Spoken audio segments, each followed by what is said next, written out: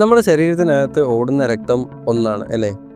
ഒന്നാണെങ്കിലും നമ്മൾ ഈ ബ്ലഡിനെ പലതായിട്ട് ക്ലാസിഫൈ ചെയ്തിട്ടുണ്ട്. അതായത് ഏറ്റവും പ്രധാനപ്പെട്ട ഒരു ക്ലാസിഫിക്കേഷനാണ് ABO സിസ്റ്റം. ഓക്കെ, അതിൻ്റെ കൂട്ടത്തിലുള്ള ഒരു സംഭവമാണ് റീസസ് സിസ്റ്റം. അപ്പോൾ ഈ ABO സിസ്റ്റമാണ് നമ്മൾ ഏറ്റവും കൂടുതൽ ഗഹനമായിട്ട് പഠിച്ചിട്ടുള്ളത്. അതുകൊണ്ട് തന്നെ അതിനെക്കുറിച്ച് കൂടുതലായിട്ട് ഡീറ്റെയിൽസ് ആയിട്ട് നമുക്ക് കാര്യങ്ങൾ തീർച്ചയായിട്ടും പറയാനും പറ്റും. ഇനിയും കൂടുതൽ റിസർച്ച് വരാനുണ്ട് എങ്കിൽ പോലും ചില സ്പെസിഫിക് ആയിട്ടുള്ള ഫൈൻഡിങ്സും നമുക്ക് തീർച്ചയായിട്ടും വീഡിയോയിൽ ഡിസ്കസ് ചെയ്യാം. ഈ ബ്ലഡ് ഗ്രൂപ്പുകൾക്ക് അതിൻ്റേതായ ചില അഫിനിറ്റീസ് കാണിക്കുന്നുണ്ട് കേട്ടോ. അതായത് നമ്മൾ നോക്കുകയാണെന്നുണ്ടെങ്കിൽ അല്ലാത്ത ഗ്രൂപ്പുകൾക്ക് പലപ്പോഴും ഹാർട്ട് സംബന്ധമായിട്ടുള്ള അല്ലെങ്കിൽ ഈ ക്ലോട്ടിംഗ് ഫാക്ടേഴ്സ് സംബന്ധമായിട്ടുള്ള പല പ്രശ്നങ്ങളും കാണിക്കുന്നുണ്ട്. ഗ്യാസ്ട്രിക് ആയിട്ടുള്ള ഇഷ്യൂസ് നോക്കുകയാണെന്നുണ്ടെങ്കിൽ ഗ്രൂപ്പുകൾക്ക് കുറച്ചുകൂടെ കൂടുതലായിട്ടുള്ള അഫിനിറ്റി കാണിക്കുന്നുണ്ട്. അതുപോലെ തന്നെ ക്യാൻസറിനെ ഇൻഫ്ലുവൻസ് ചെയ്യുന്ന ചില ഗ്രൂപ്പുകളുണ്ട്. അതായത് ഗ്രൂപ്പുകൾക്ക് കുറച്ചും കൂടെ ഈ ക്യാൻസർ വരാനുള്ള അഫിനിറ്റി കൂടുതലായിട്ട് ചില പഠനങ്ങൾ കാണിക്കുന്നുണ്ട്. ഈ പഠനങ്ങളൊന്നും ഞാൻ പറയുന്നല്ല, ആക്ച്വലി പല ജേർണൽസിൽ നിന്നും നമ്മൾ എടുത്തിട്ട് അതിനെ കേന്ദ്രീകരിച്ചിട്ടാണ് നമ്മൾ ഈ വീഡിയോ ചെയ്യുന്നത്.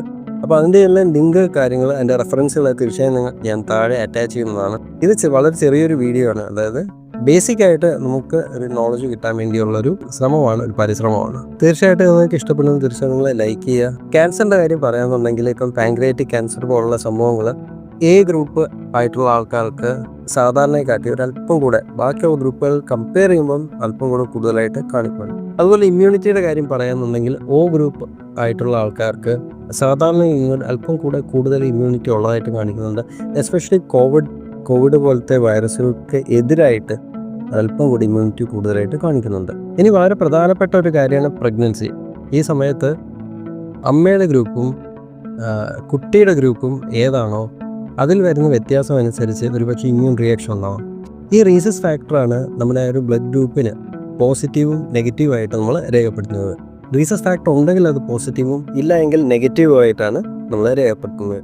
അപ്പോൾ അമ്മയുടെ ഗ്രൂപ്പ് നെഗറ്റീവ് ആണെങ്കിൽ അല്ലെങ്കിൽ റീസസ് ഫാക്ടർ ഇല്ല എന്നുണ്ടെങ്കിൽ കുട്ടിക്ക് അത് ഉണ്ടെങ്കിൽ എപ്പോഴെങ്കിലും ഈ ഒരു പ്രഗ്നൻസി സമയത്ത് കൺസീവിങ് ആയിരിക്കുന്ന സമയത്ത് ഇത് യോജിക്കുകയാണെന്നുണ്ടെങ്കിൽ ബ്ലഡിൻ്റെ മിക്സിങ് വരികയാണെങ്കിൽ അമ്മയിൽ ഇതിൻ്റെ ആൻറ്റിബോഡി ഉണ്ടാകാനും അത് കുട്ടിയുടെ ബ്ലഡിനെ അറ്റാക്ക് ചെയ്യാനുള്ള സാധ്യതയുണ്ട്.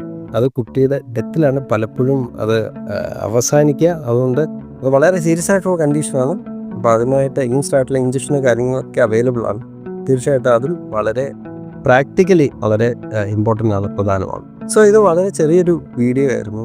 നിങ്ങൾക്ക് കാര്യങ്ങൾ മനസ്സിലായെന്ന് പ്രതീക്ഷിക്കുകയാണ്. എന്തെങ്കിലും ഡൗട്ടോ കാര്യമോ ഉണ്ടെങ്കിൽ തീർച്ചയായും നിങ്ങൾ താഴെ കമൻറ്റ് സെക്ഷനിൽ ചെയ്യുക. അതുപോലെ തന്നെ നിങ്ങളുടെ ബ്ലഡ് ഗ്രൂപ്പ് ഏതാണെന്ന് നിങ്ങൾ താഴെ കമൻറ്റ് സെക്ഷനിൽ ചെയ്യുക. നിങ്ങൾക്ക് എന്തെങ്കിലും ഇതുപോലത്തെ അനുഭവങ്ങളോ കാര്യങ്ങളോ പങ്കുവയ്ക്കാനുണ്ടെങ്കിൽ അതും നിങ്ങൾ താഴെ തീർച്ചയായിട്ടും പറയുക. നമുക്കെല്ലാം ഡിസ്കസ് ചെയ്യാം, ഒരുമിച്ച് ഇൻഫർമേഷൻ ഷെയർ ചെയ്യാം, ഒരുമിച്ച് വളരാം. So stay healthy, stay curious, and out. Thank U.